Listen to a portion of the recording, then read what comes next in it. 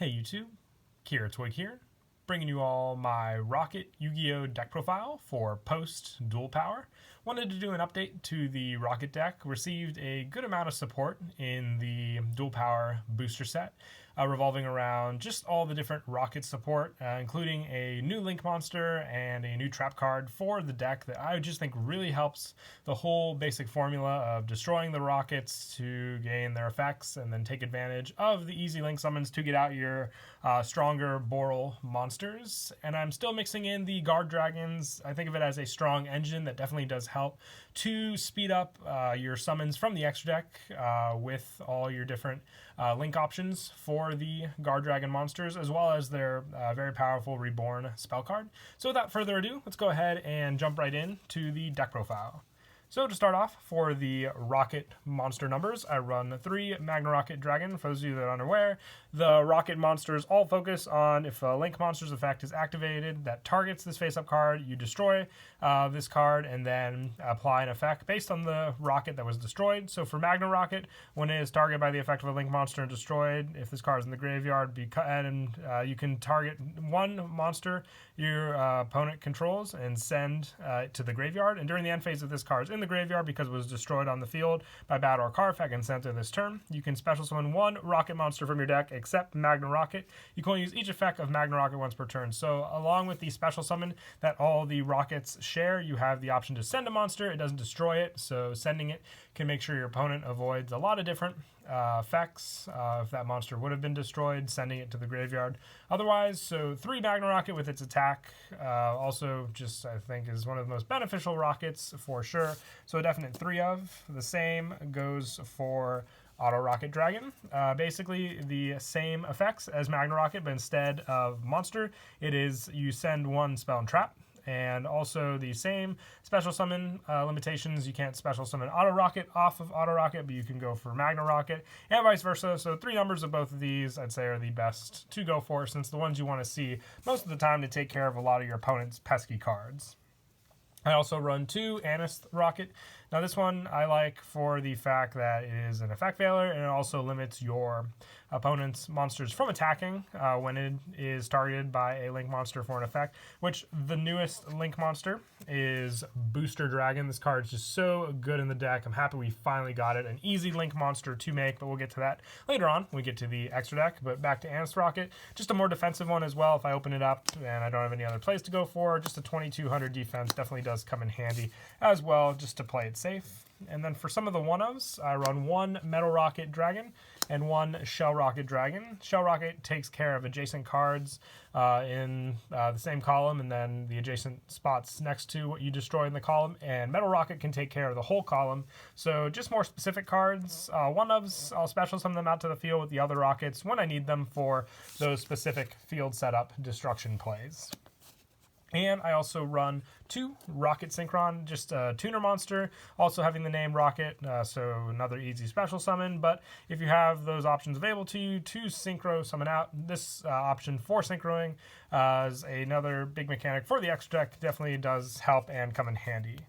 And then for some of the more generic dragon support, I run 2 Gateway Dragon, just an easy special summon if your opponent controls a Link monster, with plenty of people having Link monsters now for all the different decks. This is just an easy card to special summon out, and then you can only special summon Gateway once per turn this way, and once per turn you can special summon 1 level 4 or lower Dark Dragon from your hand. So aside from not being able to take up your normal summon, getting that easy special summon means that if you have another monster normal summon out, you'll get 3 monsters out pretty quickly that you can use for some of your other extra deck plays. And I also run 2 White Dragon Wyverbuster.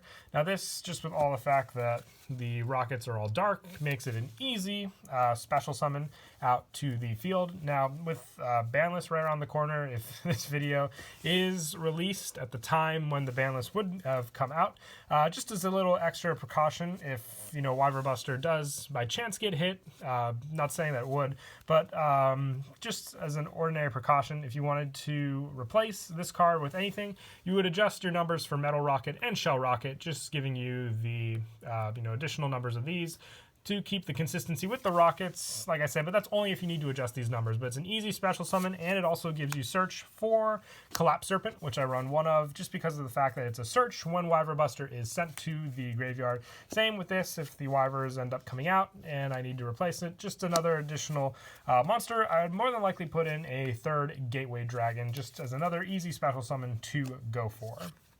And I also run one Red Eyes Darkness Metal Dragon, just an easy special summon by banishing a dragon on the field. Then it gives you more access to your graveyard for, let's say, some of your stronger Dragon Link monsters that you can special summon back to the field, and then use those for bigger plays as well.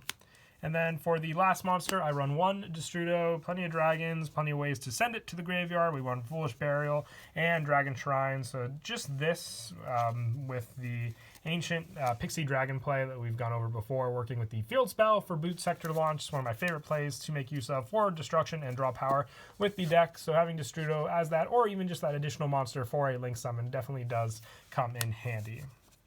And that is it for the monsters. We'll now move on to the spells. I run 3 Quick Launch, just an easy special summon of a rocket from the deck, but it cannot attack and also destroy it during the end phase. The destroy definitely does help because of the fact that you'll get your rockets end phase effect to special summon another one. It's also a quick play, so you can set this on the field and play defensively during your opponent's turn. So even if your opponent destroys the rocket, let's say during the battle phase, you'll still get a special summon at the end of the turn.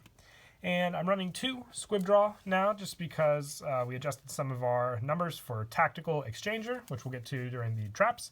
But Squib Draw does help for the draw power, but it is just draw power. So if you don't have cards like Boot Sector Launch to special summon out monsters to the field, the draw won't do you much good. And it'll just leave you a hand full of monsters that you really can't make much use of, which is why I decided to drop it down to 2 again. Still helpful for the draw since it does destroy the rocket monster, so you'll get that special at the end of the turn. But like I said, the hand consistency, unless you can make full use of it, doesn't help too much.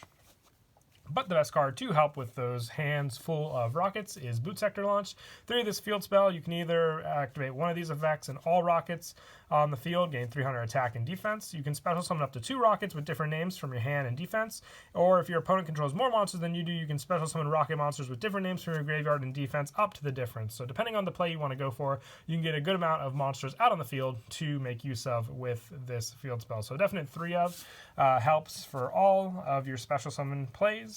2, Terraforming just helps to search out the field spell, so we can get basically going faster for your Link plays early game for sure, especially if your opponent gets out the field late game and you have your graveyard full. You can make a complete comeback with the monsters you get out.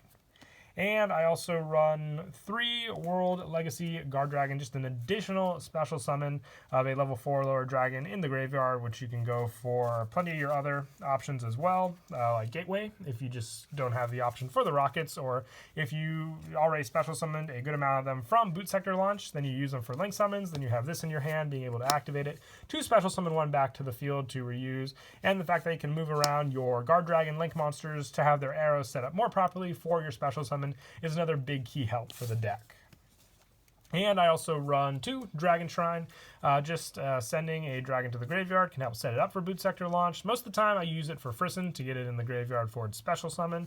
It's only a once per turn though, so I also run the 1 Foolish Burial. Just opening up both of these gives me 2 different options, but I still like the 2 Dragon Shrine just if I end up using Frisson, but then I need it again late game, can definitely help with those plays. And I'm down to 1 Allure of Darkness. The draw is helpful, but I feel like just getting rid of my monsters too quickly can be a big setback if I banish too many of my rockets when I can make much better use of them in the graveyard. But the 1 draw along with the Squib Draw is just that additional, consistency to mill through the deck to help me get the proper cards I need for my plays.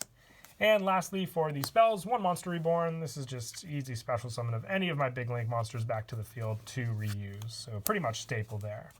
And then for the traps, I am running 3 of the new Tactical Exchanger. I love this card in the deck. It just helps so much. You target 1 face-up monster you control, destroy it, and if you do, special summon 1 rocket monster with a different original name from your deck or graveyard. You can only activate 1 tactical exchanger per turn, but being able to destroy a rocket, get a rocket, then at the end of the turn still use that other rocket's additional effect just gives you more and more monsters to make use of, especially if your opponent aims to take out one of your rockets and then you have this set. Just being able to activate it and then, destroy that card in chain and then gain its effect at the end of the turn, along with an additional monster on the field, just way too good for sure, and a big help for the Rokket deck overall, playing defensively on your opponent's turn.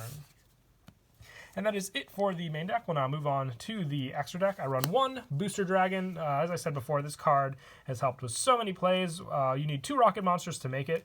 The Link Arrows, also great positions just for more extra deck monsters. Once per turn, you can target one other face-up monster on the field. It gains 500 attack and defense. Your opponent can activate cards or effects in response to this effect's activation. And if this Link Summon card is destroyed by battle or a card effect and sent to the graveyard, you can target one other dragon monster in your graveyard, special summon it. You can only use the effect of Booster Dragon once per turn. So you'll gain the Rockets effects with this, with the biggest thing with the Boro loads was just getting them out to the field and still having resources to use. But Booster Dragon's a whole other story. With the Link 2, you should still have plenty of other rockets to make use of, and the fact that your opponent can't activate anything in response to its effect means that you'll have the full benefit of using it and then gaining your rocket effects as well in response. And then that easy special summon, just all overall beneficial and a great addition to the deck. I also run one Security Dragon. I threw this in just because I only have the one Booster Dragon, but definitely consider running 2 of this card just to have that option always available to you for your plays. I also run one Borreload and one Boral Sword, both very powerful extra deck cards to go into and key winners, especially Boral Sword for a lot of your plays. Also one Triple Burst and one Topologic Trisbana for other Link 3s. One Bomber Dragon for another Link 4 option. I also run one Wee Rich's Apprentice, just a generic Link 2. If you wanted to keep the Security Dragon in, but still wanted to put in another Booster Dragon, you can even take this card out for the second Booster Dragon. And then for the Guard Dragon lineup, the one LP, one Pisty, and the 2 Agrippanes. Like I said, these extra deck cards definitely do help when you can move them with your spell card, set up the arrows, and then go for your extra deck monsters.